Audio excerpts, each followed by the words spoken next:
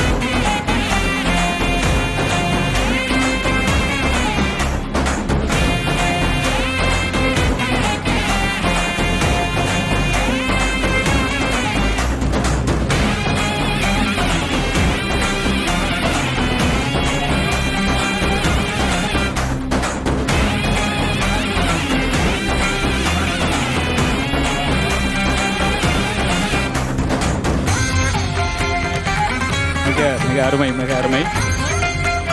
பல கலைகள் நம்ம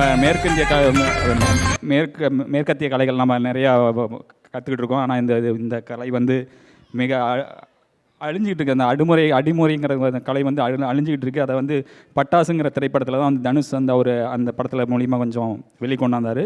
இப்போ குழந்தைகள் அதை கற்றுக்கிட்டு இது பண்ணுறது ரொம்ப மகிழ்ச்சியாக இருக்குது. மிக்க நன்றி.